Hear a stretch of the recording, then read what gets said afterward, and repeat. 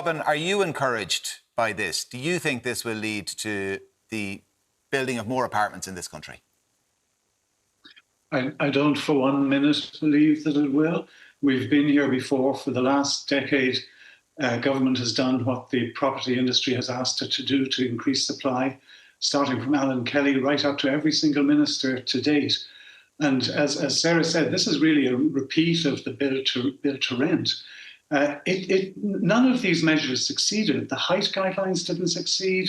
The SHDs didn't succeed. The lower standards that Alan Kelly brought in didn't succeed. The build to rent didn't succeed. None of these things succeeded. So why the government thinks it will succeed now is beyond comprehension. It's absolutely unbelievable. The sign of madness is doing the same thing all the time and expecting a different result.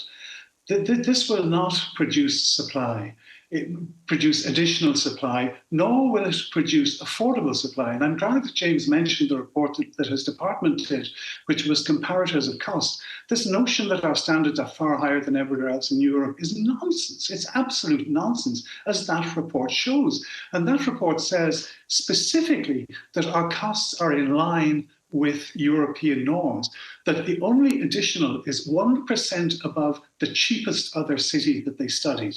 That's minuscule. They recommended for reducing our costs to go to modern methods of construction and standardization. Nowhere did they mention reducing the design standards of places that people have to live. And this notion that report said we could get 14% reduction, and that was on apartments of 250, a build cost of 250, 275,000. You don't have to be a genius to do the maths to realise that 50 to 100,000 out of a 250 to 275,000 build cost is utter nonsense.